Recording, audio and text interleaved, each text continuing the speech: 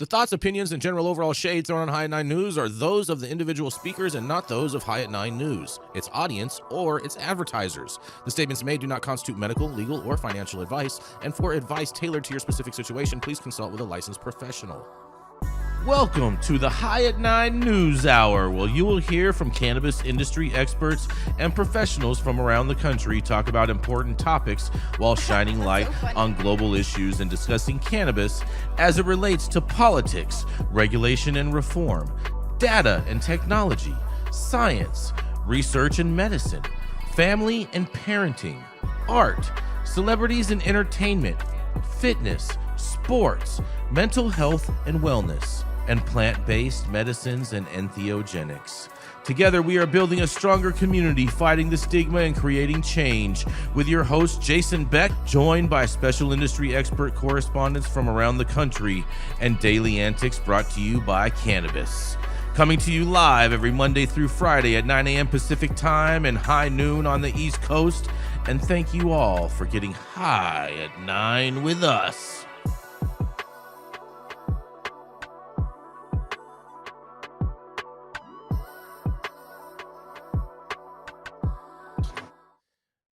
Yes. Good morning, everybody. It is Wednesday, July 23rd, and today is a National Lemon Day, guys. Okay. Lemon? Lemon, yeah. I like lemon. Everyone loves lemons, right? You know? Mm-hmm. It's the healthy. Yeah, fair enough, Dale. It's the healthy citric acid. Oh my God, I'm so sorry. I didn't realize we had started the show because my computer was totally muted. We're live. We are live. Good morning. Yes. And let's see. It's also, oh man, you know what? It's also Gorgeous Grandma Day. Yeah. Okay.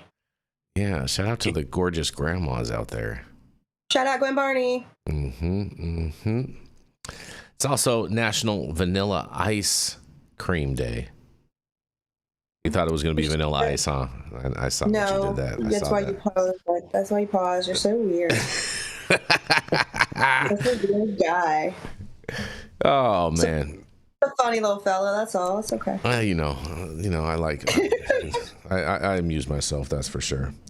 I know. You got to do it. You know. Yeah. Mm-hmm. We've heard stories. Oh man, you guys have heard stories. Get out of here, Dale. I don't take it seriously, but I'm just saying. Fair enough. You probably should. Fair enough. Everybody's gonna say whatever, but whatever.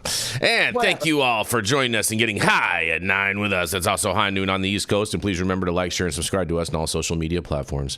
You can look up above and down below to see exactly where we live on the internet, and we are live every Monday through Friday on YouTube, Rumble, Twitch, X, Instagram, Facebook, Kick, as well as on our very own website at www.highat9news.com. So welcome to everyone joining us from any one of those platforms.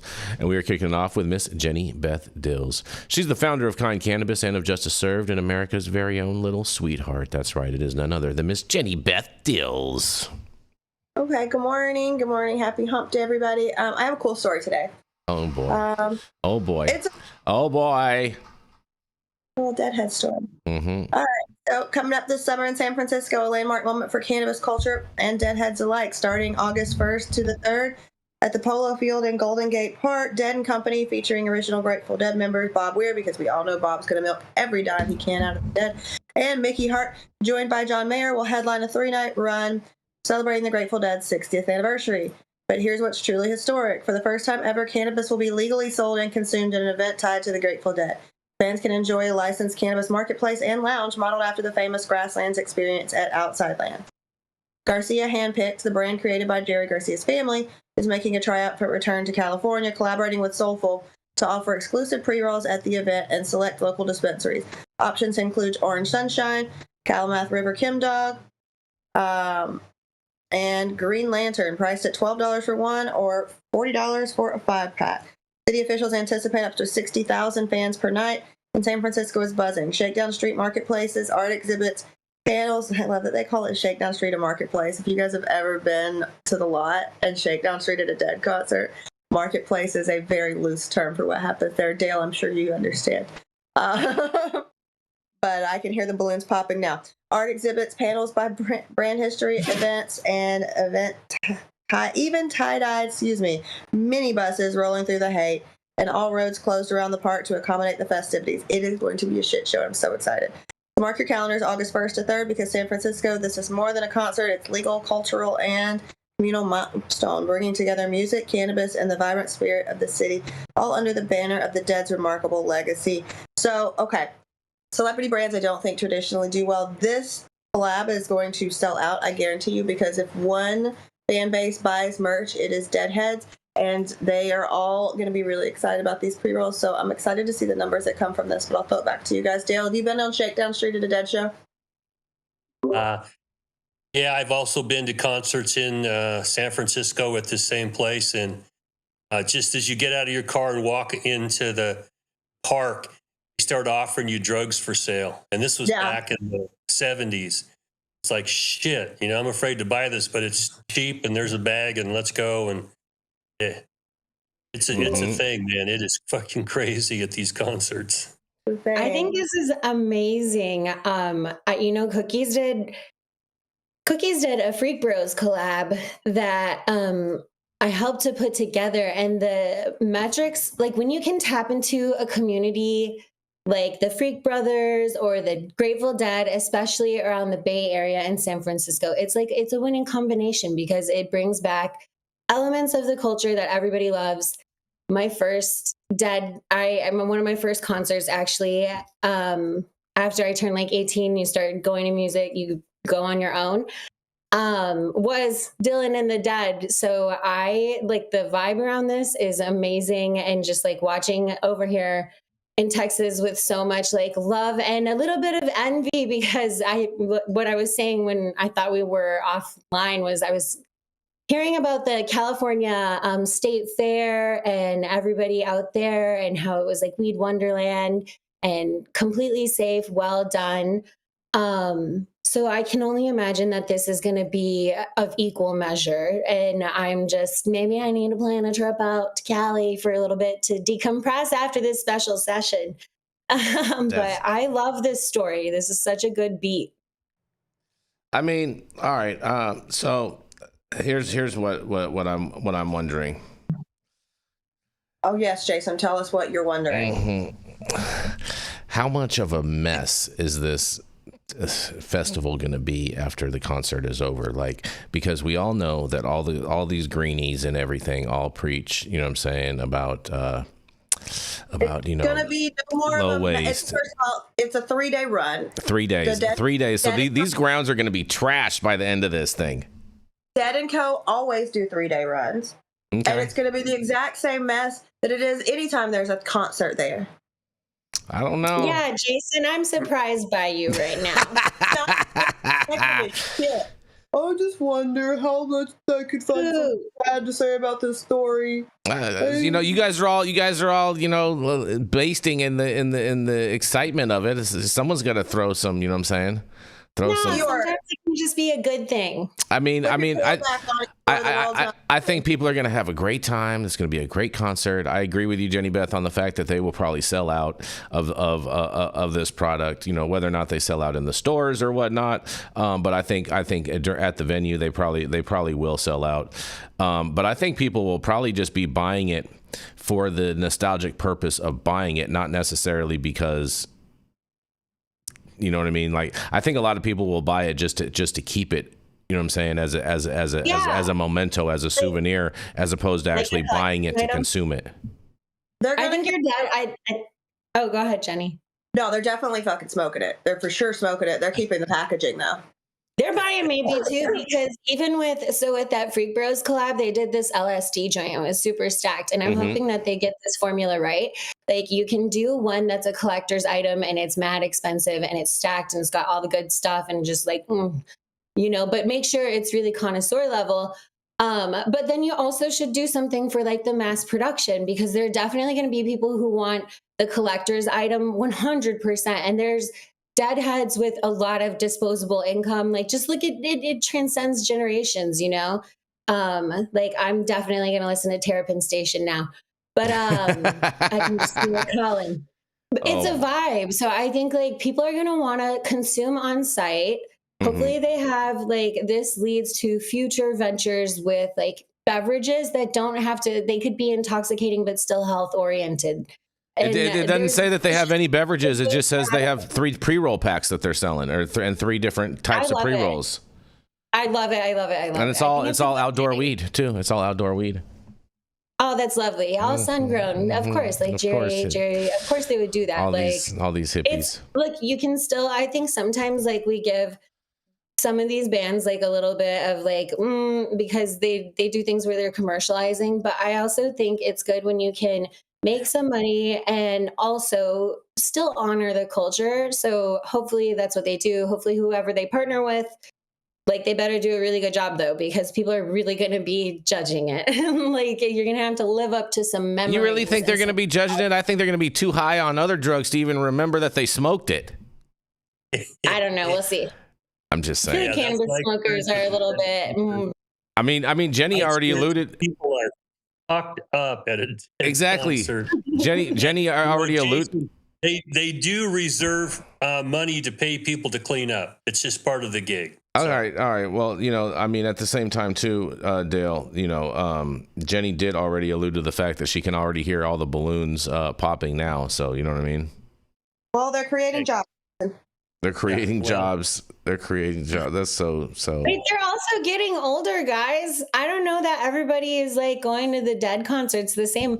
Like, it's not yes, there will be some people with antics, but you got to remember their fan base, like, it's big, and many of them are like parents, and they have heart conditions. They're not going to be crazy. I think cannabis is you are out of your mind right now, Shaun. You're out of your mind on that one. It'll be. I still, of course, there will be pockets, but there's going to be there's going to be like regular folks who just want to have a good time. I wouldn't ignore that base. Mm-hmm. One of the first times I did mushrooms, they were given to me at a Dead tribute by like a 65-year-old woman who then told me in regards to smoking cannabis, if you don't cough, you don't get off, honey. So no, the fan base is going to be fucked up. Yeah, exactly. Everybody. Well, Molly and I did medical at some concerts where we care of people who were fucked up. Yeah. Yeah. People I'm not saying there's not going to be. Hold on, let Dale finish. Let Dale finish, Shaun. Let Dale finish. I'm sorry. Well, and people come in that had taken way too much acid or just fucking flipped out. That's not as scary as someone who gets a hold of fentanyl or something like that. Because you got to have Narcan and CPR ready and stuff like that. I don't know what to say. People at these concerts sort of lose their mind a bit and can be self-destructive. Yeah, but music is good, so music is good. Pass around the joint and enjoy the music. Absolutely. I'm super excited. I'm not mad at that. No. I think it's a cool story overall, but I think the grounds are definitely going to get trashed. Well, sure. Jason. What? It's a concert venue. Every concert venue is trashed after every concert. So pin your tail back on, Eeyore, and let's roll to our first commercial. I'm just saying, Jenny Beth. Just saying. I'm an environmentalist. I like nice landscapes.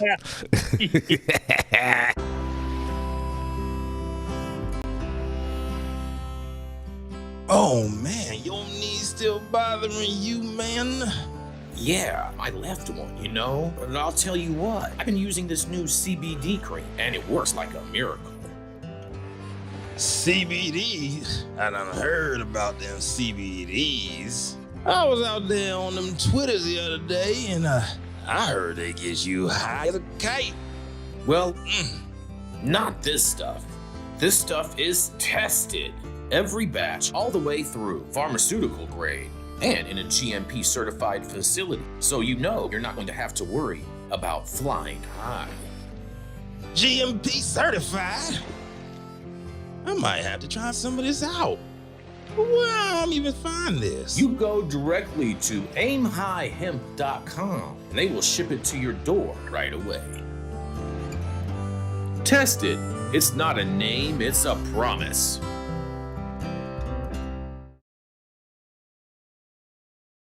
Exactly, Jenny Beth. Oh, and we are back, you guys. Oh, and on that note, Eeyore's pinned his tail on. So coming up next, we have the High at 9 head honcho. He's going to try and be happy today. I am happy. Oh, good. I'm the happiest person you know. Yes, our very own Republican pundit, Jason Beck. Oh, man, you guys. Dale, man, this story is coming to be right up your alley, buddy, because Cresco Labs is to sell off its California facilities amid a cannabis industry struggles, you guys. That's right.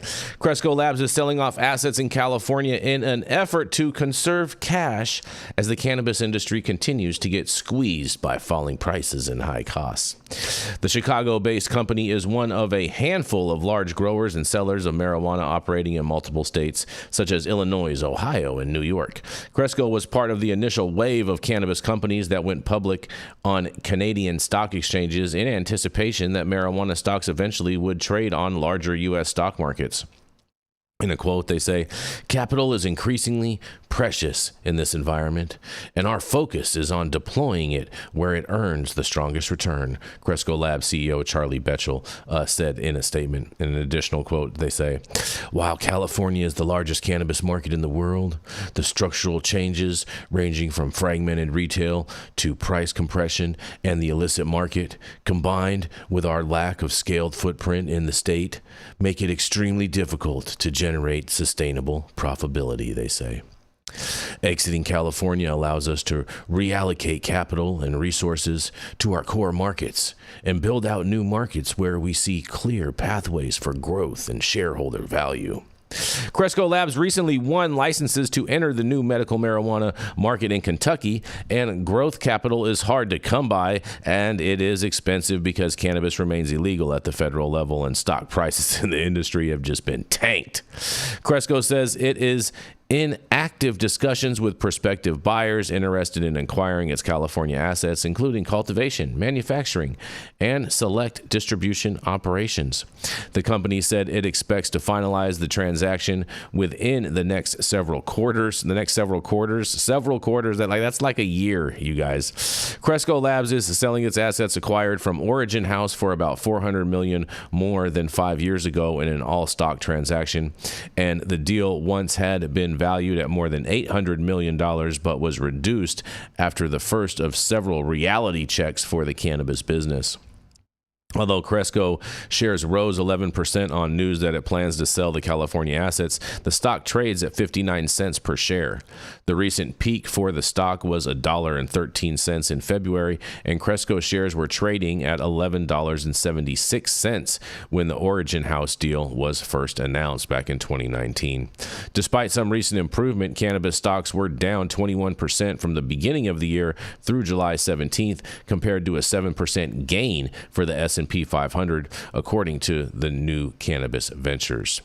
Cannabis companies have been dealt several blows as hopes faded for changes in federal law, from taking marijuana out of the most dangerous drug classification, which would sharply reduce taxes, to banning hemp-derived products that are cutting into sales of legal weed. In a quote, they say, "The situation is quite challenging right now," says Christy Alfer Inton, an analyst at Morningstar.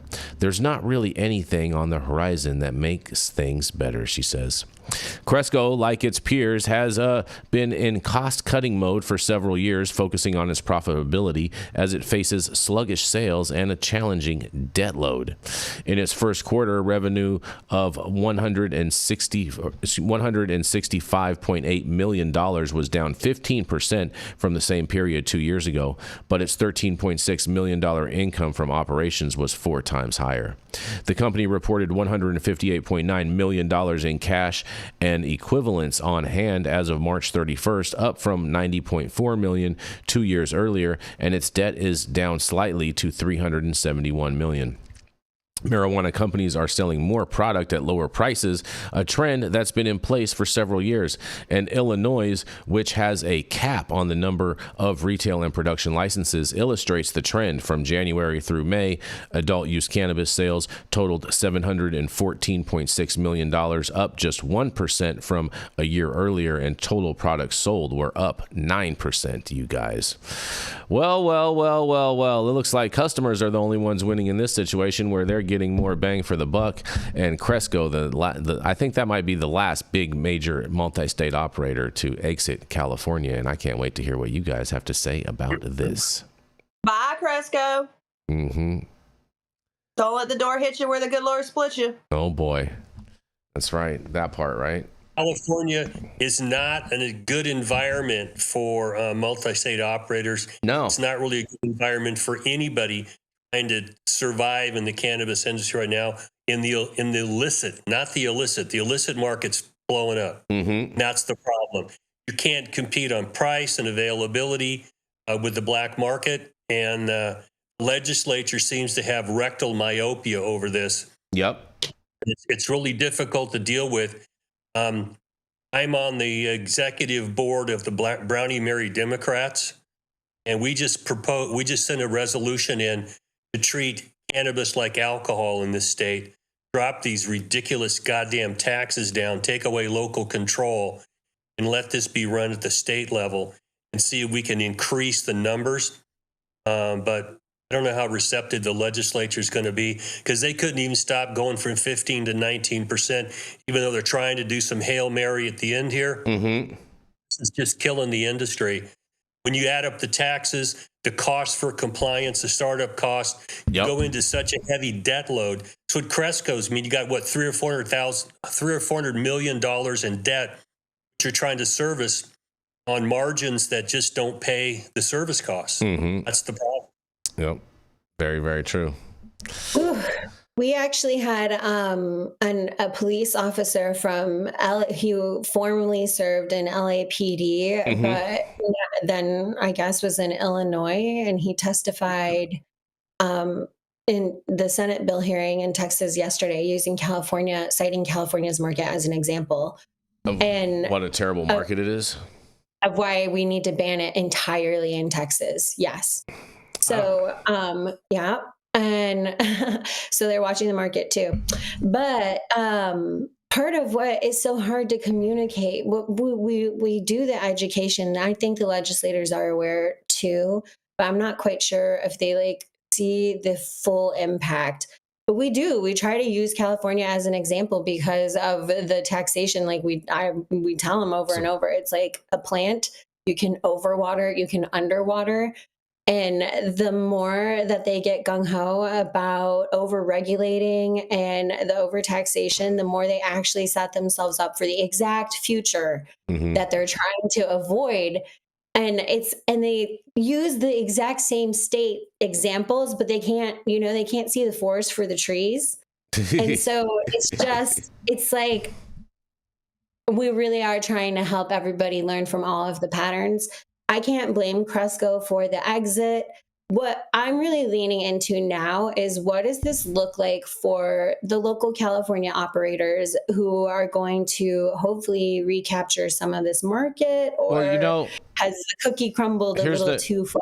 Here's the thing about Cresco Labs being in California, is that California consumers never gravitated toward Cresco products. Cresco was trying to brand their own products and trying to make Cresco like a normalized cannabis brand.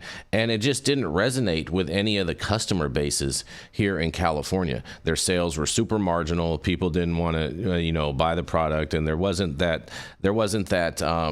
any type of appeal from the average cannabis consumer to why they should purchase a Cresco product.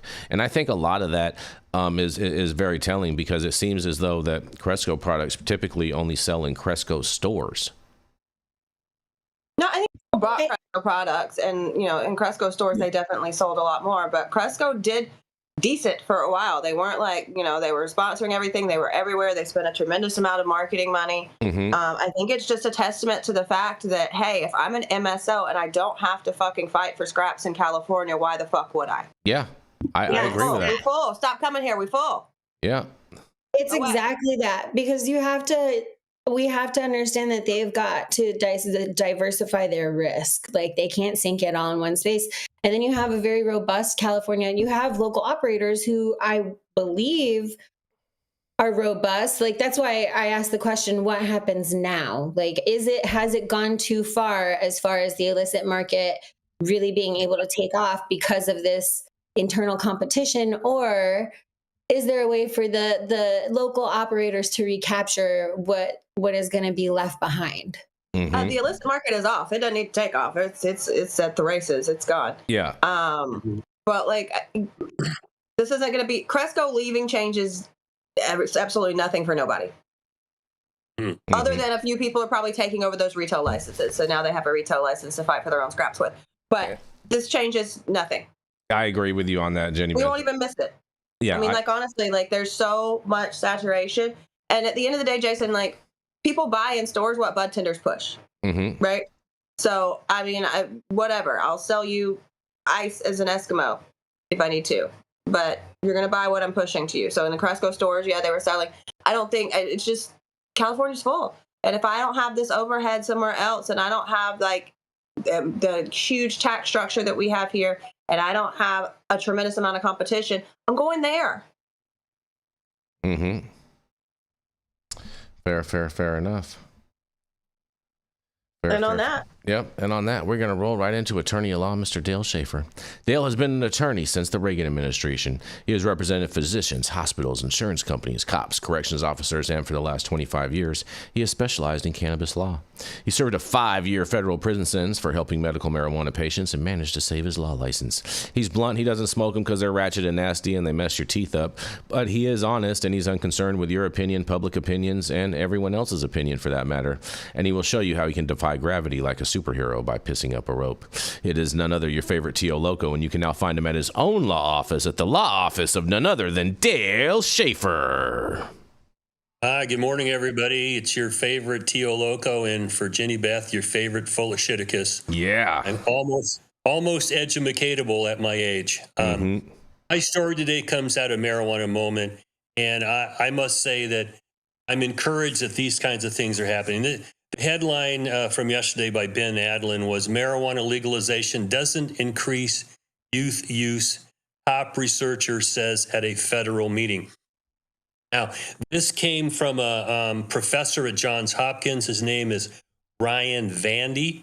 And this was done at a continuing medical education seminar, which I thought was encouraging, called Behavioral Pharmacology of Cannabis, Trends in Use, Novel Products, and Impact. Now, for those of you who don't know what happens in the medical or legal world, our licenses can't be renewed until we take a certain amount of continuing education. And one of my complaints has been that the medical community doesn't offer enough continuing medical education or CME about cannabis for physicians and nurses. The nurses are better at it than the physician community. So this professor, who's a psychologist, he did a presentation, and this was a federally sponsored seminar, which I thought was also encouraging. And what he's emphasizing is we need to look at the behavioral aspects of cannabis and different cannabis products. Stop talking about just THC or Delta 8 or Delta 9 and nonsense about that. Let's look at what it actually does. And one of the things he said, which has been a trend we've been watching for years now, is that the use amongst adolescents has not increased, and in fact, recently it has decreased. That was one of those hobby horses that prohibitionists love to ride. If we legalize it, kids are going to start using it, and the opposite seems to be true. We took away the forbidden fruit argument, and now parents, I think, have an opportunity to speak with their children realistically about using cannabis, and the kids aren't out just trying to do it because someone says they can't. That, I think, is a decent trend. Now, one of the problems I have with this was that they are being told by higher-ups in the federal government that you got to clear your research before you publish it with higher-ups. This is concerning to me. Because in the academic world, you go do your research, you honestly and factually report your findings, give your opinions, put it out into academia, and everybody's an expert will shoot holes in it. That's how we vet academic research. The fact that they're required to go to some higher up, I don't know who this might be, before you publish your factual findings, your opinions, is a bit concerning. Okay. Now, this guy talked about let's look at what cannabis does with respect to different dosages, modes of administration, chemical components, and the formulation. For those of you who are familiar with the methods of administration, when you smoke this stuff, you can titrate very quickly. So he was critical of the arguments over taking away high THC percentage products, because if you have a product that's got 30% THC in it versus what we used to smoke with 3 or 4%, what people do is they titrate. They smoke until their brain tells them I'm high enough and you stop. If you got 4% THC, you may smoke several joints. If you've got 30%, you take a few hits and you're at the same level. So people self-titrate. This is nonsense. The thing they talked about is the method of administration through oral versus other methods. And with cannabis, you can take it through your lungs, under your tongue, the mucosa in your mouth. You can swallow it into your gut and digest it that way. You can rectally, vaginally, and you can transdermally put it in. Not that it happens a lot, but you can. If you take it orally, it goes through what they call the hepatic portal system. It's taken from your gut right to your liver. Okay? Now, what happens in the experiments is that your levels of THC in your blood are much lower when you take it orally than if you smoke it. Now, this confounds the attempts to try and figure out impairment from a per se test. Because if you take a gummy with 25 milligrams of THC in it, and you're a relative novice, you are going to be fucked up, Jim. Okay? And you should not be driving. All right? But if they do a blood THC test on you, your blood THC levels may be lower than the 5 milligram per nanograms per milliliter they used to use as a per se limit. So what he was pointing out is you need a lot more research, because if you're going to go after someone for being impaired, test their impairment. Okay? And cops are, I don't want to say they're lazy because that's a pejorative, but they look for the quickest way to find out if you're impaired. And with alcohol, it's simple. You do a blood alcohol test, and there's a direct correlation between the level of alcohol and whether you should be driving. It doesn't exist for cannabis. So I appreciate they're talking about that. We're also talking about some of these other components, and they're talking about the terpenes. Now, there was some research done on, I think, limonene, okay, with Ethan Russo. They found some fairly positive results, but then they used pinene, and they just they could not prove what bud tenders and other people were trying to say as they're selling you these products, that it's going to do X, Y, and Z to you, which to me means we need a whole hell of a lot more research, where what Russo did is he took pure THC and then added these terpenes in to see if you keep the THC level consistent across these components and you add terpenes in, and then I would argue you need to do double-blind studies so that the people that are administrating it and the people receiving it have no idea what they're getting. You just report their honest results. You're going to get a lot further, because the human mind is very suggestive. And if you tell somebody, oh, taking limonene is going to, lower your anxiety, guess what? That's probably what's going to happen.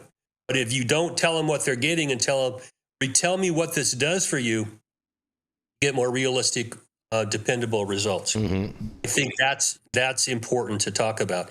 He also talked about schizophrenia and the absolute horse shit that's being sold about cannabis causing schizophrenia.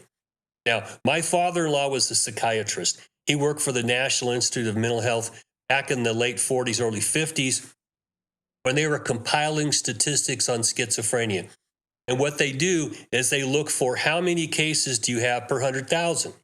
Okay? And back in the 50s, when not a lot of people were smoking weed, numbers were set.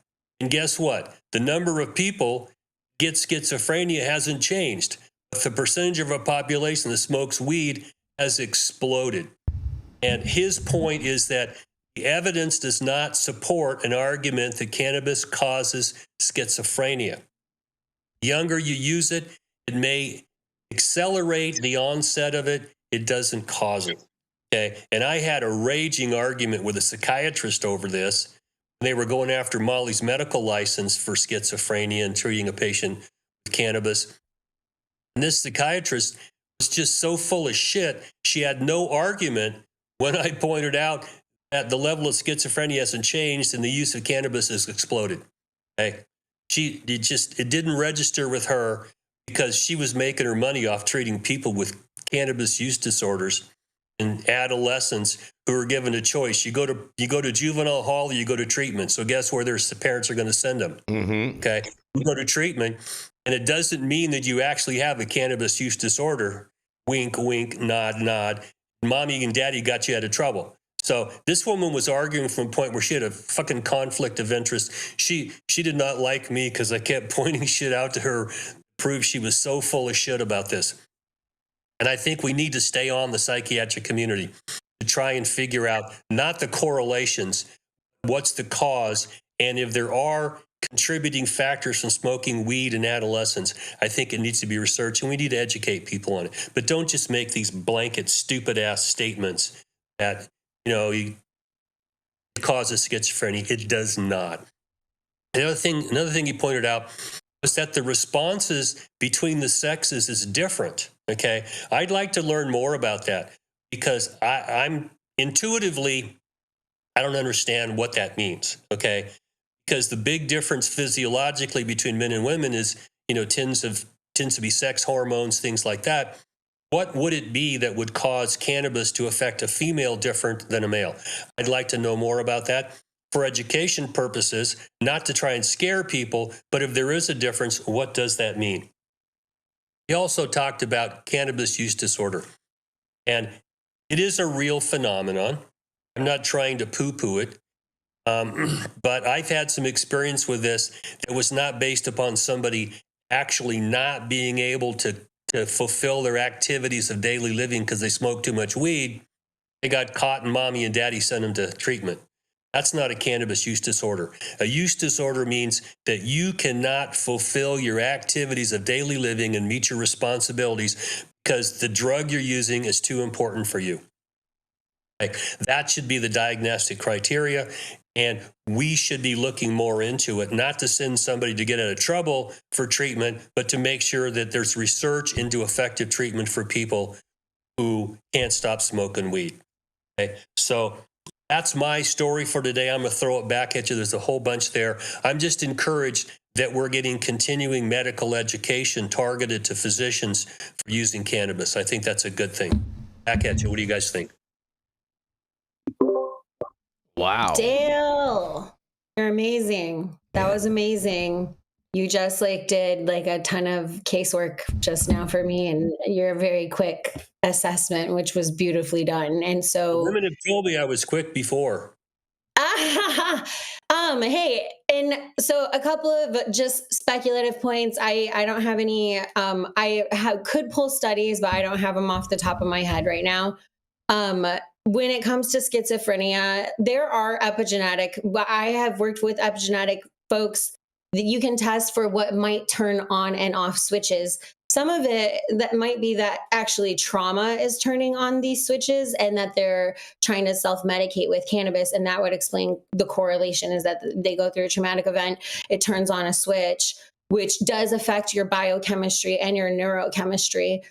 And then as far as women, I think it's tolerance that I'm guessing, but I've heard that women might have a higher tolerance, and I'm going to guess that's because it's a fat soluble molecule. So we physiologically have more body fat, and that could have something to do with it. That is totally my bro science. I do think that there's something to back that up.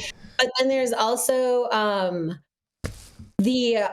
PTSD, I was talking to Dr. Riley Kirk, and she shared a study with me that had come out that on PTSD, that you have an increase in receptor activity or need on those CB1 and CB2 receptors, which is why folks with PTSD or CPTSD have such high tolerance levels. So there's several layers there. And I wish that we could get the legislators to see this, because we could spend, just like with Ibogaine, we could spend money researching these things and coming up with really viable nutraceutical solutions that are an intermediate between helping the people to kind of learn how to take care of their own health care proactively using plants like cannabis or even fungus like psilocybin. We can figure that out. It doesn't have to be totally medicalized. But then in these aspects where they can do medical research and actual development, they could run wild. I wish they could see that. Dale, thank you. That was amazing. So Dale, I mean, I think this is a fantastic news overall in regards with this with this story today, and it just goes to prove the point again that we made time and time again on this show is that cannabis does not cause schizophrenia, but if you are schizophrenic, it can induce that behavior, and so people that are diagnosed as being schizophrenic just in general probably shouldn't be trying cannabis in the first place. They should be trying other things to help them out, or you know what I mean, and or make sure that they're you know closely monitoring what they're consuming and in a safe space and yada yada yada and all that jazz. But I've always said that, you know, cannabis isn't for everybody, and I would say that schizophrenics is part of that class. Well, there's a big argument ongoing about schizophrenia. Is it nature versus nurture? Mm-hmm. Okay. And if you have schizophrenia or dissociative disorders in your family, then you should be cautious about a lot of the things that you do, especially early onset use of cannabis. Now, one of the things that I have talked to patients about, and even some physicians who don't have the head up their ass about this, is that as your dissociative disorder, schizophrenia, begins to manifest itself slowly, people find those symptoms are mitigated by smoking weed. Mm-hmm. So it's the chicken and the egg story, you know, which started first. And the statistics from, you know, the last 60, 70 years are just not supportive. They found schizophrenics in India back in the 1890s. They did the Indian Hemp Commission, and they called them hash eaters, and they were in institutions, and they were fucking crazier than hoot owls. Yeah. And they associated, you know, eating hash with this disorder. And as you go forward to what we now know, it seems to follow the same paradigm. Familial history, there's symptoms coming. You figure out that eating hash makes symptoms better, but it doesn't stop the progressive, you know, onset of the disease. So at some point, you just think that, you know, some boulder's your best friend and you're missing it, or that whatever your dissociative problems is. Schizophrenia is no joke. It's horrible. You do not want to do anything to bring it on earlier. The treatments are not necessarily very good about that. But to point a finger at this plant and say it causes it, I think is just factually wrong. Yep. And the medical profession should not be advocating that. And you've got to be careful about medical capture. And this is part of my concern about Schedule 3. The medical community are such a bunch of pussies right now, is they'll let the pharmacological companies take over and force them to be the only ones who will prescribe these different products, when in fact humans have been using cannabis and psilocybin for thousands of years effectively without having to go see Galen or whoever your favorite physician is to have him explain to you what it does. Now, we're in a modern era. We need to bring practice of medicine in so that holistically people can be in charge of their own health. I don't think cannabis belongs in the CSA so that you have to go get a prescription from a doctor, which is a patented molecule. It's captured by a pharmaceutical company. Fuck that. Okay.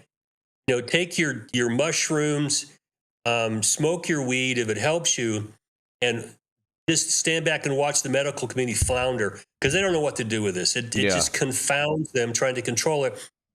And you cannot stop this trend. And that's what I tell legislators. Why are you going to pass a law you can't enforce? You can't enforce laws trying to stop people from smoking weed or taking mushrooms or mescaline or whatever.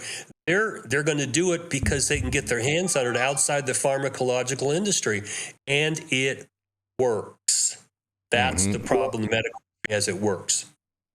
That's what we're trying to get the medical, because down here, we don't have we got 3 operators and 2 of them haven't really been able to do anything. So before they even get started on the medical side, we want to encourage them to look at how we can fix a little bit healthcare and also fix how we're looking at medical cannabis, because there is this nutraceutical market, which is like what I feel you're talking about, Dale, is this. That's where cannabis needs to be. Nutraceutical market that we need to protect, because that level of innovation that happens in private businesses at the small mom and pops level, and even in the multi-million-dollar level, because I'm not going to knock someone just because they're a multi-state operator. It's really about who you are and how you show up. Mm-hmm. But the innovation in that market helps them to understand more, so they can actually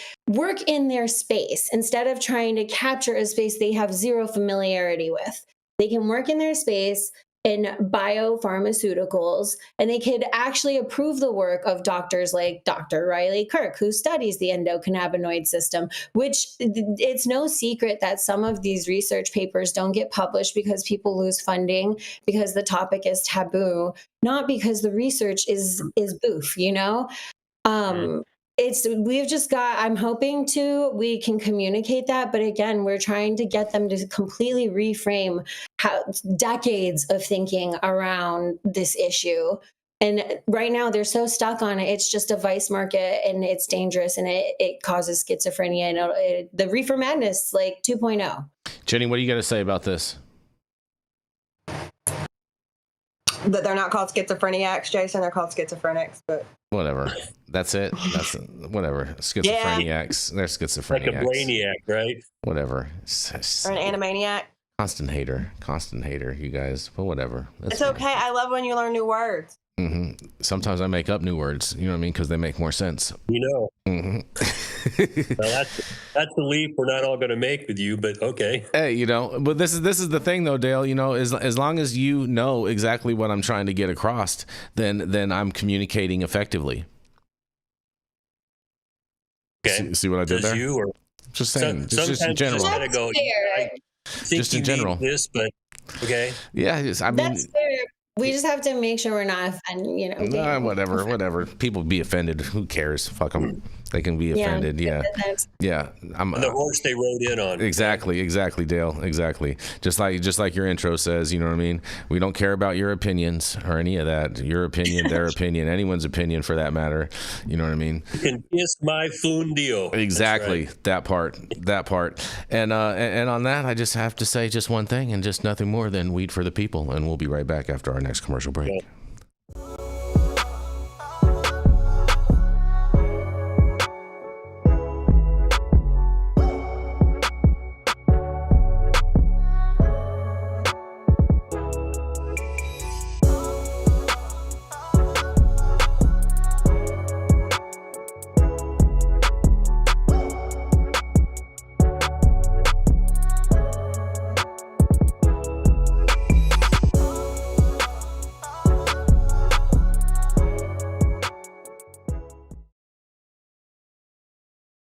And we are back, you guys. Stop whatever you're doing. Make sure you smash that like button. I know we'll appreciate it. You'll appreciate it. And YouTube will appreciate it. Also, make sure you subscribe to the channel if you're not subscribed already. And all of the articles that we cover on today's show, you can read directly on our website at www.highat9news.com. And make sure you go into the description of this video as well. Check out all the amazing sponsors that help us make this show possible every day. And make sure that you use the link to order yourself a case of Liberal Tears sent directly to your door. 150 milligrams of caffeine in every can, no sugar.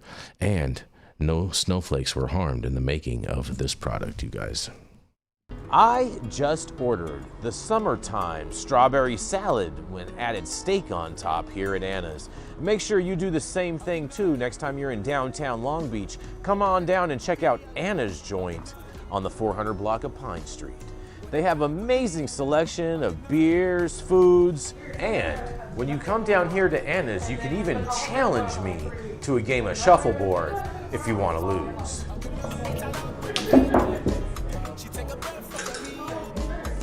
Did you get that? So, next time you're in downtown Long Beach on Pine Avenue, make sure you stop by Anna's Joint on the 400 block. Not only do they have Anna's Joint, this restaurant and bar, but they also have the amazing deli next door. And then next door to that, they have a very exotic flower shop. You may want to stop by and say hi.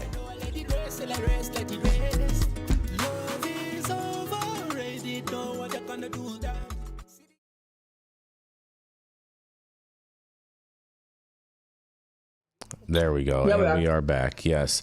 Coming up next, it is none other than Miss ShaunSalvaje, coming from the great red state of Texas in the beautiful city of Austin. That's right. She's a mom, she's a veteran, and she is a conflict mediator when it comes to courtrooms. That's right. It is none other than Miss ShaunSalvaje. Hello, thank you, Jason. My story today comes from the Houston Chronicle. It's about Governor Abbott and SB 5, which is the new SB 3 for those of you who aren't tracking Texas politics.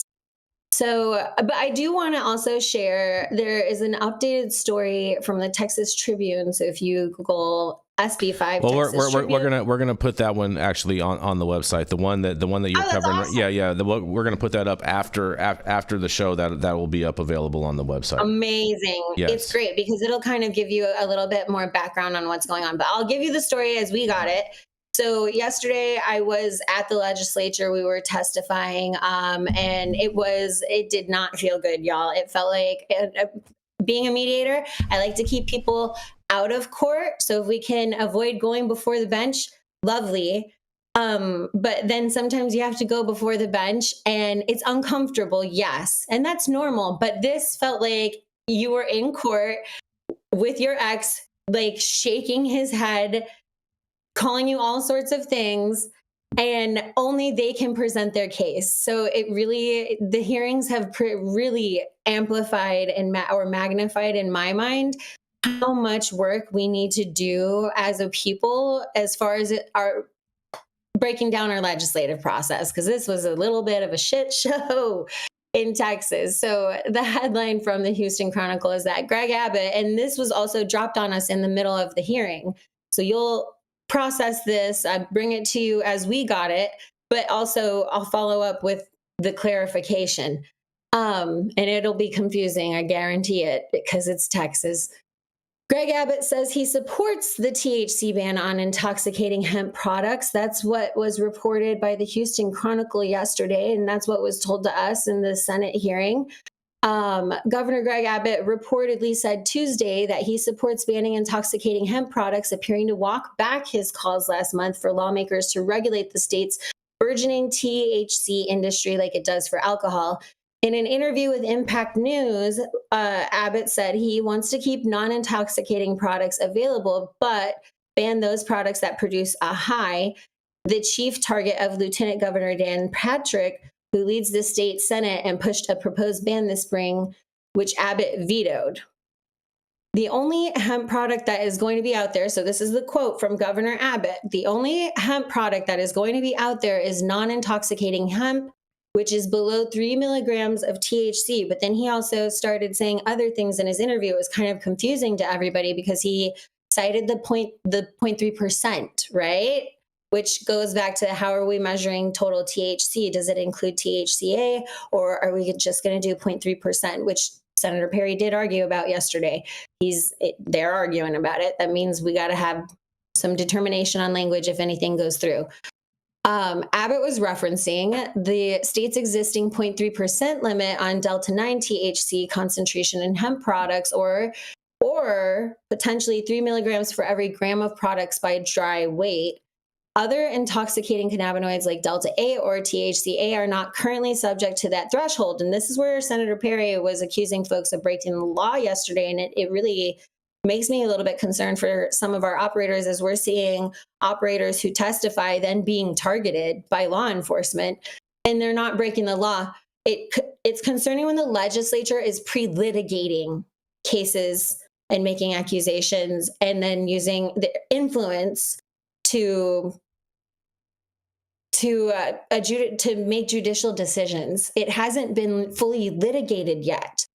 And they did that a lot during the hearing, as they cited the fact that in DC they passed the recent ban, but they ignored the fact that it was delayed by a year. They cited the fact that states have a right to make their own laws when it comes to hemp, but they ignored the fact that it's not to be in a way. I mean, they can overly restrict, but to what end? And making some of the hemp prohibitions are more stringent, at least they were, than some of the marijuana prohibitions for just full spectrum. So it's really confounding in this way.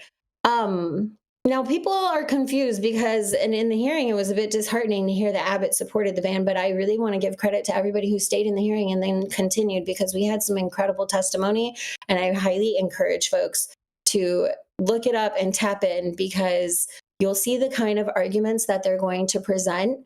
While yesterday did feel like they got to present their entire case, and then the people are only limited to respond in 2-minute segments, which basically, it's an introduction and validation statement. It's really hard to make a point, or to even answer their questions. And you'll notice that I believe Senator Perry sometimes chooses people that he maybe underestimates, some of these retail store owners. So my words of encouragement for everybody out there is that if you keep showing up and you show up prepared and ready to have an actual dialogue, you can do well. As we saw by the Happy Cactus, they testified and entered into a volley where it seemed that Senator Perry was trying to trap them in a line of rhetorical questioning, which they answered very well and successfully. I'm going to have to give them wow.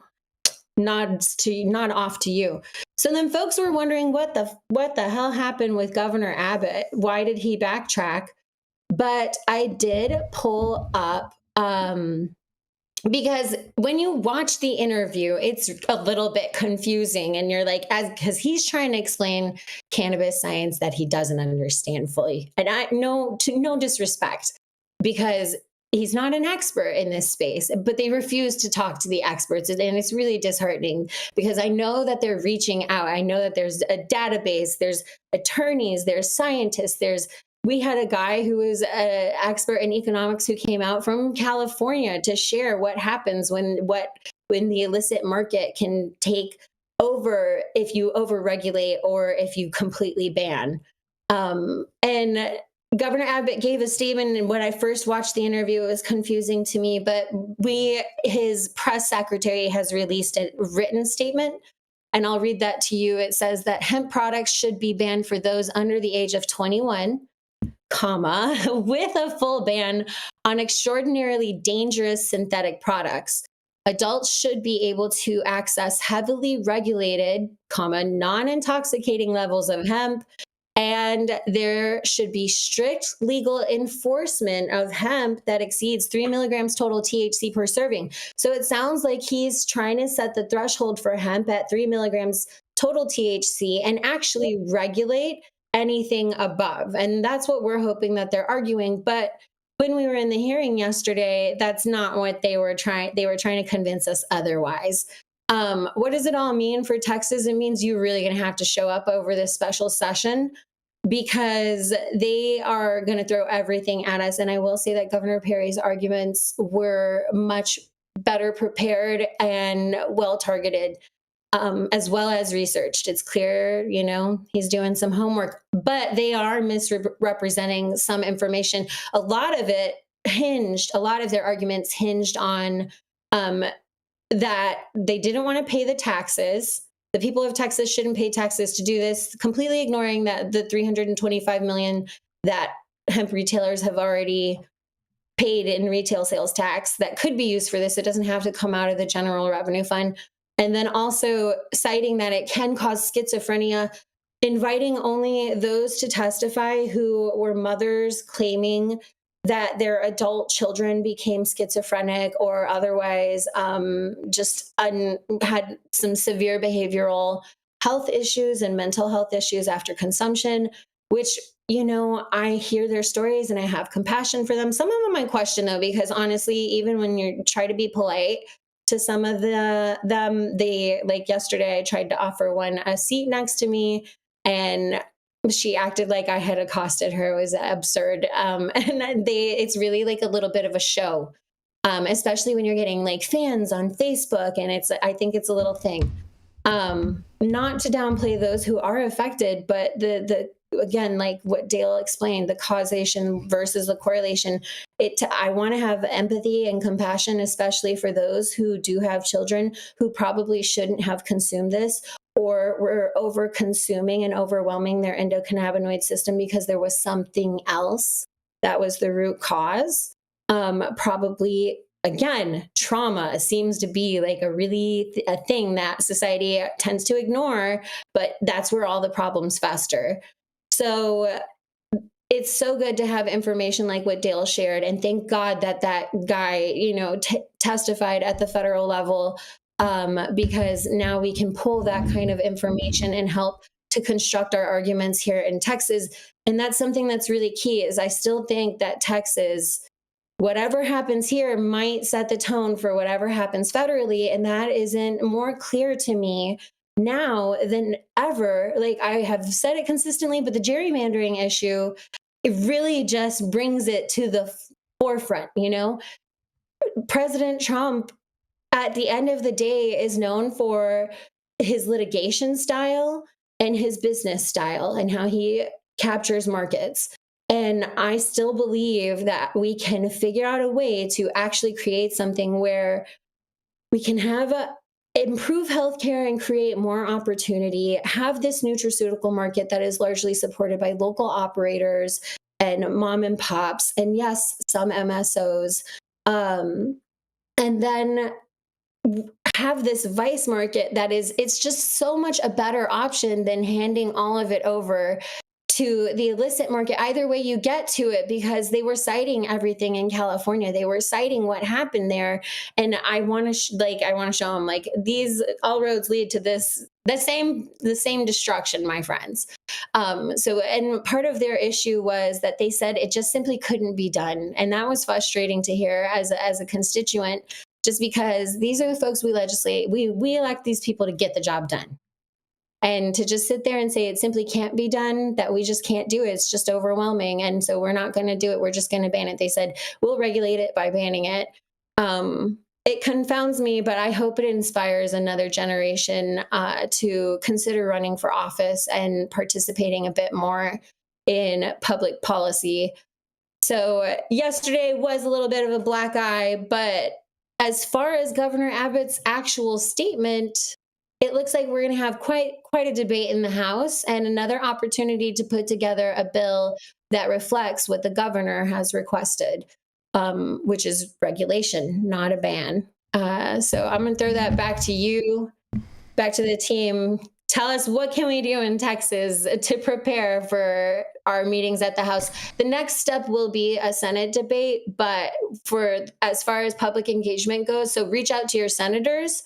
But as far as public engagement goes, next public testimony won't happen until the House schedules the bill to be heard again. I think the best thing that you guys can do is take a page out of Trump's book and fight, because you guys are going to have to fight for this if you guys want this, and that's just, you guys fought for it before. You guys won with this victory, and it's going to take a lot of lobbying dollars, a lot of lobbying hours, and a lot of selective messaging to certain individuals in order to shift the perspectives of those individuals that are ultimately pushing for this.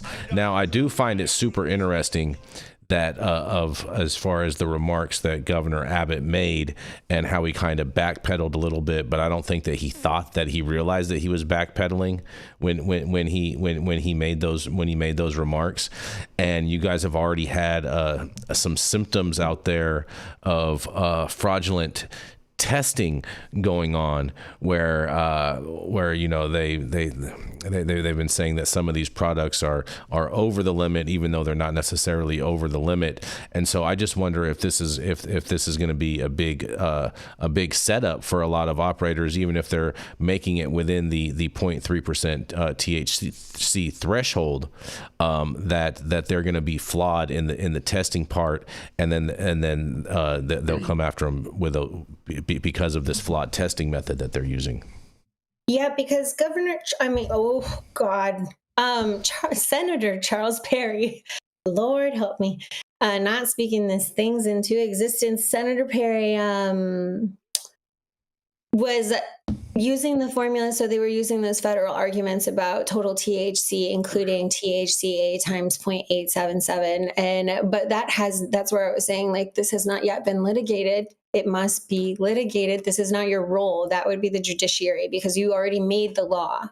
So it's not up to you to now litigate in the legislature these people who are coming to give their public testimony as far as what the people want. And this also ignores the 70% majority of Texans who want regulation. That's 30% that we're bowing to, and that's not a good idea. Especially right now, because I don't know if you can gerrymander enough to recover from just completely ignoring the will of the people, especially on a personal freedoms issue. Well, I mean, but here's the ultimate question is on that is are enough people going to be pissed off enough to where they will issue a type of referendum at the ballot box on election day just because of this one individual issue? I don't know if cannabis has enough clout to be able to do that as a single standalone issue, because there's so many other hot topic issues that trigger people every day on this. And so I don't know if it's going to have enough political clout or political muscle to lift that. It's a voter issue, because voters voted on the city level and local levels, and now everything there had those court cases. Like, voters did vote. So I really hope that the Democrats will see the tie between it is a voter representation issue, and frankly also the Republicans, because there are young generations of conservatives who are going to be upset by this. So, like, I think they're underestimating how much fire they might be playing with. What do you think on this? They might be overconfident in their security, in their position. I think Texas legislators would be wise to listen to the people right now, because, I mean, let's see how everything shakes out in 4 years. Go for it, Dale. Well, in my experience, these hearings tend to be very performative. Things have already been decided behind closed doors before you go in and put crying mothers on, and that's performative bullshit. Yep. Kabuki theater. Yeah. And so far, there haven't been enough voters forming coalitions that would include cannabis to scare the shit out of these conservative, my mommy told me this was bad, so therefore it's always going to be bad type of legislators. They're just not getting the message. And so far, those votes have not come forward. But hope they would, because this is a bipartisan issue. And here in California, which is definitely a blue state, I get irritated because they can't get their head out of their ass enough to fix the problem. Although they say it's legal, problems we have here are as dire for an industry as what you're talking about in Texas. You just can't get the legislators to get their head out of their ass enough to recognize the voters want this. Now, how do you get the message to them? The voters want it. And unfortunately, or fortunately, I think some of them have to lose their jobs before they get the message that if you don't come forward with this, it's like here in California, we had a proposition, Prop 36, okay, which made stealing illegal again, as hard as that might be to understand. And that if you're out hawking fentanyl, I think you should go to prison. And the legislator, the governor, everybody's like, oh, we can't have this. The voters, 70% said, yeah, fuck you. We want you to go throw people stealing in jail. Stop this nonsense. That sent a message to our legislator. Holy shit. This woke nonsense of trying to be soft on these criminals and look at all their family history and stuff. Fuck that. If you're stealing, my family owns stores. If you're stealing from my store, like to kick your ass before you get out of the store and have the cop take you away. Not, oh, let's take you in, give you an ROR and send you home and think they legalize stealing here. Message went out. We have to get a message like that, especially in a state like California, that the voters here are lined up. If you guys don't do this, the voters are going to change this law. Okay? And see if we can get it. That's my argument. I drafted an amendment to the Constitution, a bunch of changes to our laws, just get local governments clear the hell out of this and lower these taxes. So let's see. I think the voters would go for it, but it costs millions to put on the ballot. We're going to try to get the legislator to put it on the ballot and save us some money. We'll see. But so far, we haven't gone very far in California, and Texas is not going very far for opposite reasons. The same thing. Performances at the legislature, it's kabuki theater. They're not trying to get shit done. They're just playing games. Yep. Jenny Beth. I agree with Dale. You agree with Dale? Oh, that's it. Okay. All right. Fair enough. I think we're just going to have to let them know like what the black market economics or the illicit market economics look on this, because I like for middle level trap operators. How are you going to tell them what? How are you going to show them what the black market economics are? Because that's not tracked. Listen.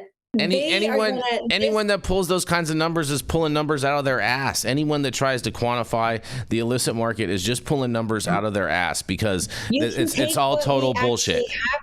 To look at the hemp market that we have real numbers. But the hemp market is a market that can be tracked, and it's not considered an illicit market. All right, illicit market is it becomes an illicit market, and that market will go to illicit channels if it's banned. Oh yeah, so I agree with you on that. Yeah, that part is true. That 8 to 12 and look at that illicit market figures. I'm not talking about tracking illicit market operators. I'm talking about, okay, we know because legacy operators transitioned also into hemp as a pathway. We saw this as a pathway for Shaun, as a talking point, you should pull whatever numbers that law enforcement is saying is the size of the illicit market, and then pull the numbers of what Texas is doing in regards with hemp sales, and then add those two together and use that as your talking point to say, hey, you know what, if this passes, you're going to be putting X number of dollars back into and increasing it from this, and then cite it as far as where it was cited from law enforcement is giving their estimates, because we know that they can't really estimate it. They just pull numbers out of their ass and whatnot. Just use their own numbers. Yeah, use their own numbers against them and be like, hey, this is quantifiable data right here. And so if you guys are saying that this is the size of the black market, and then all of a sudden we're gonna put all these products in there, and this is the size of that, now we're increasing it with this type of bill, and I think that would probably be one of the biggest talking points you could relate with them. Increase the actual value through scarcity. So it'll increase value through scarcity. It's not even just this is the same number. No. You got to use the same number. You got to use the same numbers. You can't because then no one's going to take you seriously if you start fluctuating the numbers. But we need to explain to them. They need to actually understand that if you look at any other market, an exponential growth, which is how that usually happens, that if they take this commodity and they add this false scarcity, like it's like the prohibition of alcohol. You cannot do that. That they will not take you seriously if you do that. They have to they get the actual data. They're not going to take you seriously on that. They're just not. Okay. I'm just saying, I'm trying to give you a word of advice. I talk to these people on a regular basis. Okay. I'm telling you what will work with them, with how they quantify things. And if you can use their own numbers against them and quantify what the actual market is and put those two together, that will make sense to them. But if you start saying this part of about the, and these these other figures, they're not economic data that shows like that correlation between if you create a scarcity commodity. They don't care about that. They don't care about that part. You're not speaking their language at that point. Border security that influences law enforcement. You're not speaking their language once you include that in there. You want me to completely ignore the actual issue? I'm not going to do that. I will bring definitely the data, and I hear you, but also I microphone conversations. I can be taken seriously. I know how to present. I'm just telling you. Okay. I'm just telling you what. We'll I'm just the telling data, you. But you have to actually share that most economies, it's not going to flatline. It's going to grow exponentially if they do this. It's not like this is a illicit market dream, a ban. It's not, because especially if they try to regulate it in the way that they're trying to, with $20,000 licenses for CBD retail, that's insane. Like, you got to tell them what they're actually doing. I hear what you're saying, but they have to see the long-term impacts. And I get you. You got to break it down into language that's digestible. It can't be like this highfalutin, nonsensical number that they don't actually understand, but you do have to give them the actual projections. And you can do it by looking at other economic data. We've done this before. Look at other examples of prohibition trends. And we will be back right after our final commercial.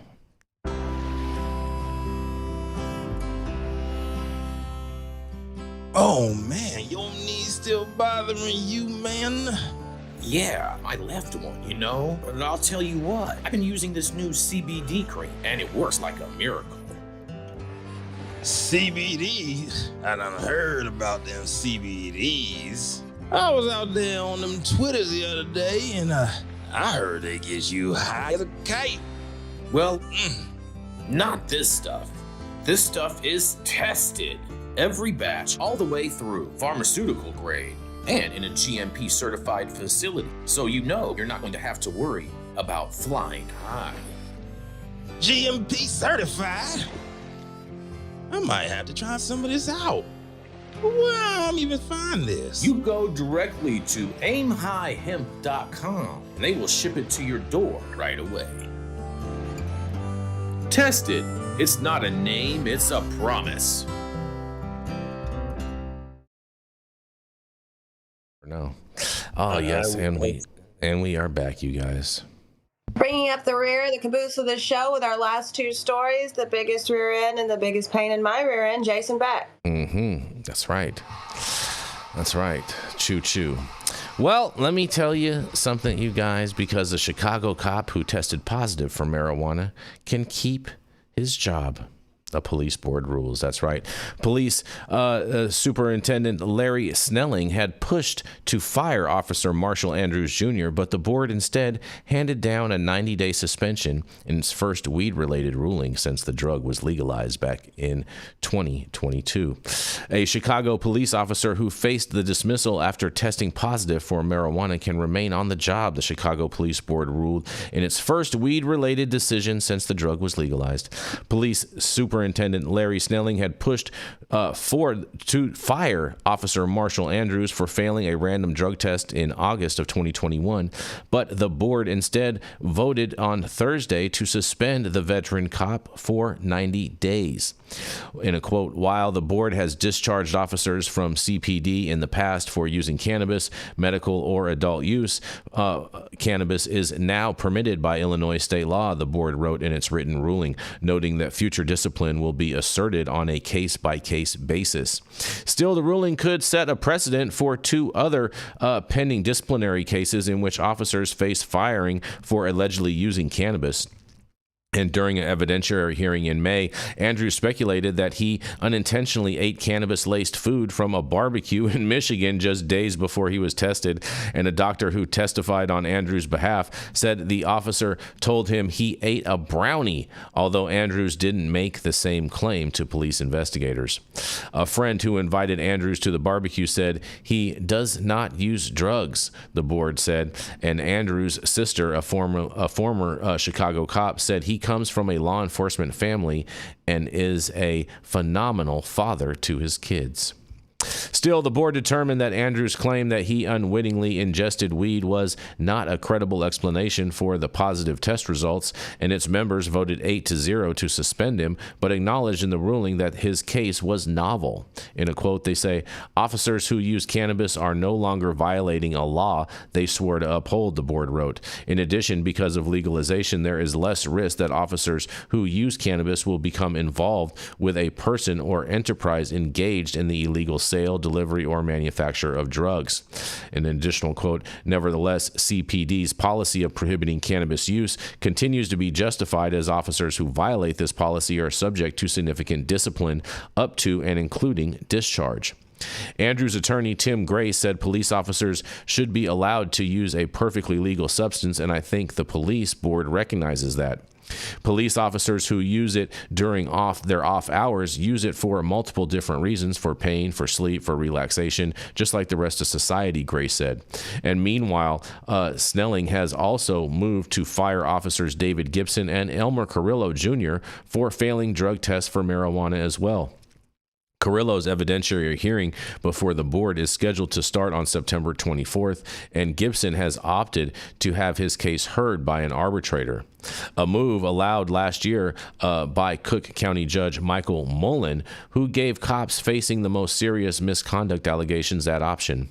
The acrimonious battle over how to handle those types of cases has now wound its way to an appellate court panel, which will determine whether to overturn Mullen's ruling requiring arbitration cases to be held in public, you guys. Well. Congratulations to this cop for being able to keep his job and just getting a minor suspension or whatnot. I feel like ultimately this ruling is positive for the cannabis space, but I also ultimately feel that I smell some type of a lawsuit coming around because they're allowing the cops to have firearms and still use cannabis, which I think is going to come to a head, and we can't wait to hear what you guys have to say about this. It's ridiculous that cops can't use this because the culture in the law enforcement community is alcohol is what they're allowed to use. That's what they abuse. Yeah. Yep. They don't want.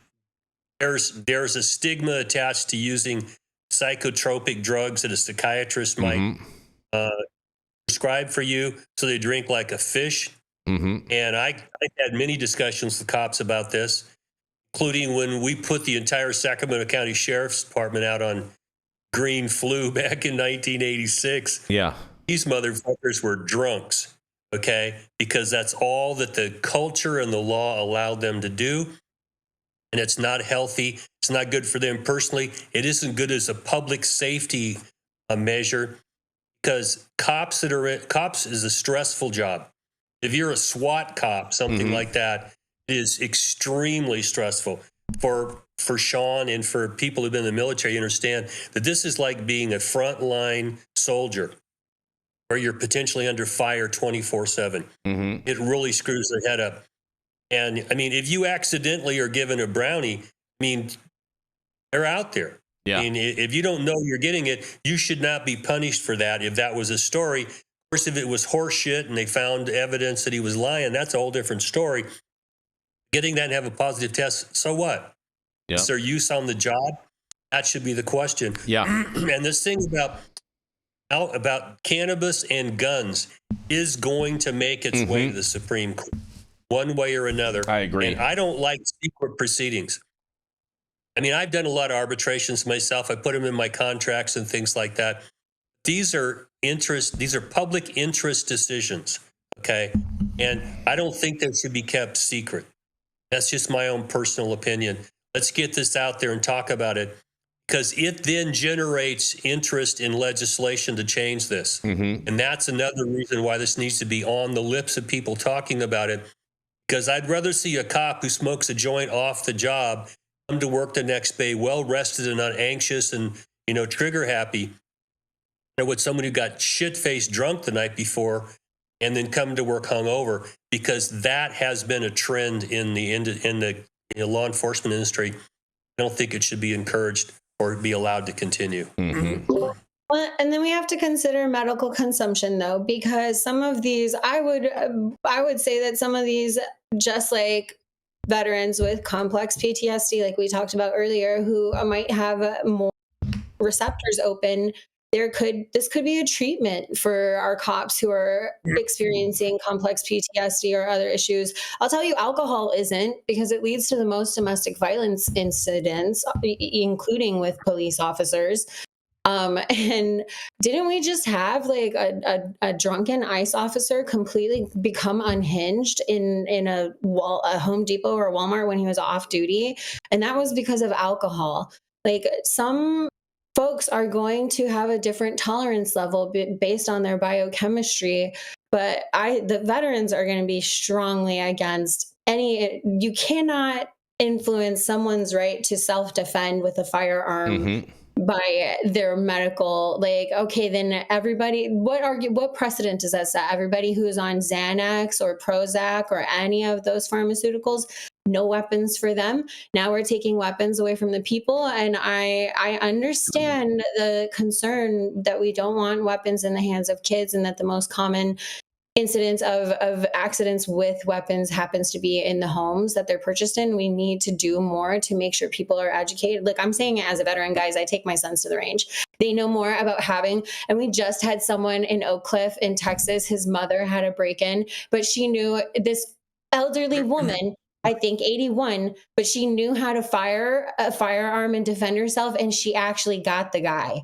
So she's living to tell so we have to be so careful about the Second Amendment issue and conflating problems, especially because it is not known or proven that cannabis is completely intoxicating for all people. And then those of us who are consuming or long-term consumers, there is a tolerance level that is developed, and it's because your biochemistry level's off. It could be as simple as a nutritional deficiency, much like a vitamin D deficiency. Maybe some people have a cannabinoid deficiency, and this helps with that. And that might explain other issues. Like, there is way more science behind it. I would rather have first responders being able to self-titrate and self-treat with a natural plant substance, and off-duty is what they do off duty, so long as they are not impaired. And again, we could be talking about tests for impairment instead of silly, nonsensical things meant to,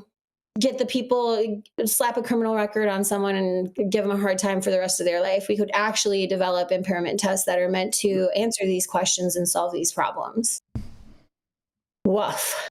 Yeah. I'm glad the kid got away. And I actually do like the arbitration. I hear what you're saying, Dale, but I like, I like mediator arbitrator. I like arbitrating cases when I can keep them out of court, especially because they brought up the fact that he was a father. So if there's children involved, we want to make sure we keep all of those records protected and safe, even though most of those cases are public anyway. Jenny, shoot 'em up, bang, bang.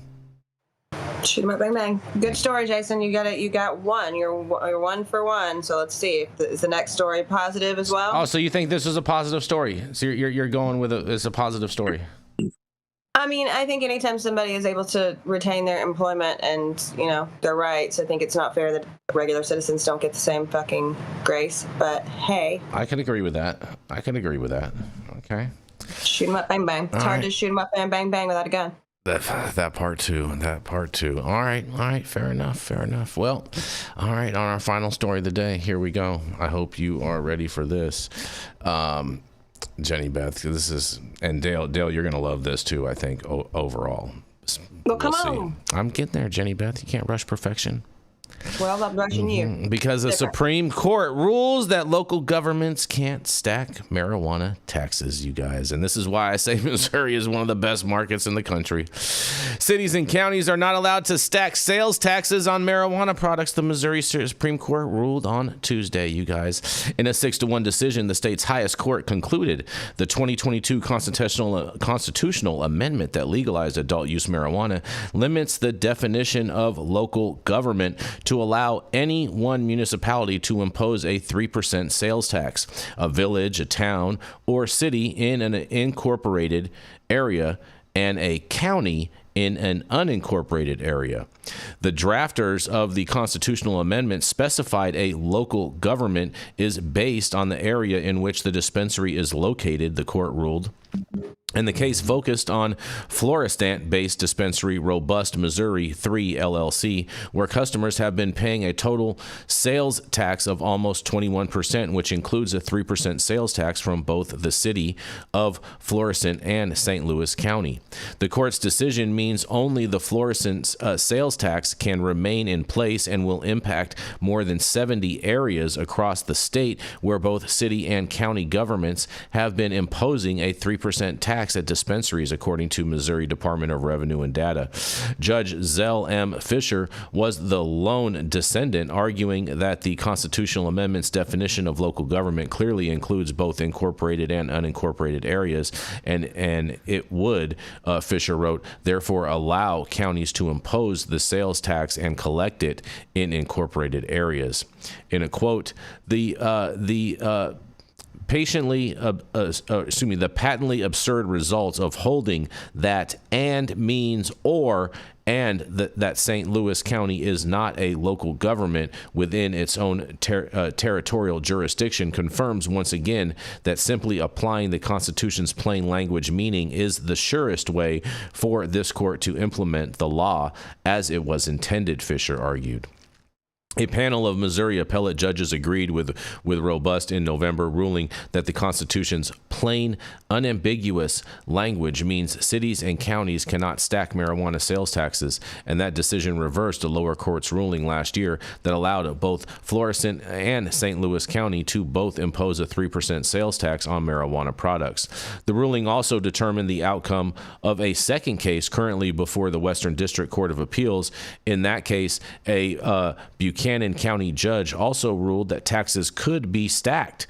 The Western District Court stopped action in the case while awaiting the Supreme Court decision, and Andrew Mullins, executive director of the Missouri Cannabis Trade Association, said his organization and other industry partners went to court days after the double taxation began in 2023 to protect the very customers that make Missouri's marijuana program the envy of other states. Today's ruling, Mullins said, will save Missouri cannabis customers an estimated $3 million every month. And in a quote, Missouri customers already pay their fair share with sales tax revenue from cannabis in Missouri, now tripling original state estimates, Mullins said. The ruling's clarity preserves Missouri's standing as one of the nation's most impactful and accessible cannabis programs, ensuring patients and adult use consumers continue to benefit from fair pricing, great service, and robust product choice, you guys. Well. Good job, Missouri. And once again, I tell you, Missouri probably has the best market in the entire country, the best model as far as I'm concerned. And I can't wait to hear what you guys have to say about this. When you move into St. Louis, Jason says you love it so much. I didn't say I loved it that much. I said it has the best market. Oh, okay. Hey, congrats to Illicit. Mm-hmm.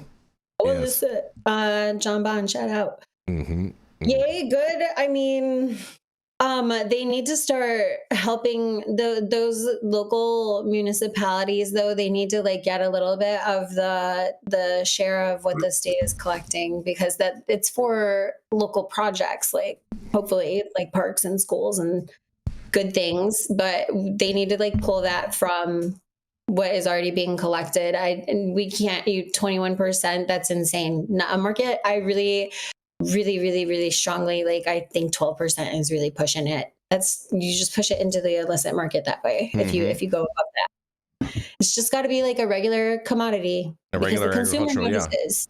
Yeah. The consumer notices, and then the consumer is no, I'm not going to pay that. Yeah, I'll pass. Yeah. Dale, what do you think about this? You think this is something we could do in California legally? And we have a stacking of taxes problem here in California. Mm-hmm. Just exactly incredible. And it needs to stop. And my proposal is to remove the ability of local jurisdictions to tax anything more than any other tangible personal property being sold at a retail level. Mm-hmm. In other words, you got a 3% sales tax in your city or county. That's what you get to charge for selling cannabis. You don't get any extra charges. And our 19% excise tax, you go to Oakland and they got a 10% tax. I mean, now you're looking at shit that's just, it's not sustainable. And here in California, we have had 4 voter initiatives on locals trying to tax. we finally have gotten to the point after Prop 26 where if it raises a dime of revenue, it's a tax and it's got to go to the voters. I don't know. It still hasn't solved the problem, but it at least means some city council or board of supervisors can't go past some goddamn tax or say we're going to charge a fee for something, and the fee is 10 times what it costs to actually provide the service, which is a revenue generator. And that's not allowed in California. Problem still, taxes are too high. This should be treated more like we treat alcohol. I mean, it's a 1 penny tax on a glass of wine. It's a $1.25 tax on a joint. Okay? It's not sustainable, and there's no black market for alcohol, so no one's worried about running out and buying hooch in the black market. Alcohol doesn't exist, but the black market in cannabis is the predominant model in most states. And if you don't make this friendly for people who are going to consume, to go purchase it, taxes are reasonable, there's enough locations, black market's going to continue to flourish. I'm happy to see somebody actually said, no, you can't stack this. I don't know that it solves the whole problem in any particular state, though, because the taxes and the compliance and regulatory costs are still way too high. Fair enough. Jenny Beth, you have any thoughts on this? I know you like to stack taxes. No, I don't. Are you slow? Bumped his head this morning, Jenny Beth. I mean, as soon as I get off this freaking show, I have to go file taxes for the distro and the manufacturing for the city. So, whatever. I'm sick of paying those too. But no, I mean, I think this is great. So it's not solving the whole problem, but at least they caught him and they're like, hey, hold on. Yeah. No, I'm excited. I think this is great, and I hope this has a rippling effect across the country, in all of the states with marketplaces when it comes to cannabis, because there's so many of them that are just raping and gouging all of the customers every day, from this type of perspective. And on that, thank you all for joining us and getting high at 9 with us every Monday through Friday at 9 a.m. Pacific and high at noon on the East Coast. And big shout out to our audience and supporters for tuning in daily and listening to the insanity that is the developing cannabis industry. Huge thank you to Aim High Hemp Distribution, Tested, and Catalyst for helping us keep the lights on over here. And thank you to our correspondents for being absolutely amazing. Thank you to Cannabis Sativa L for giving us a reason to do this every day. And thank you to Cloud Media partners Elias and Kai somewhere in the metaverse. And thank you all for tuning in and getting high at 9 with us. We are America's #1 daily cannabis news show.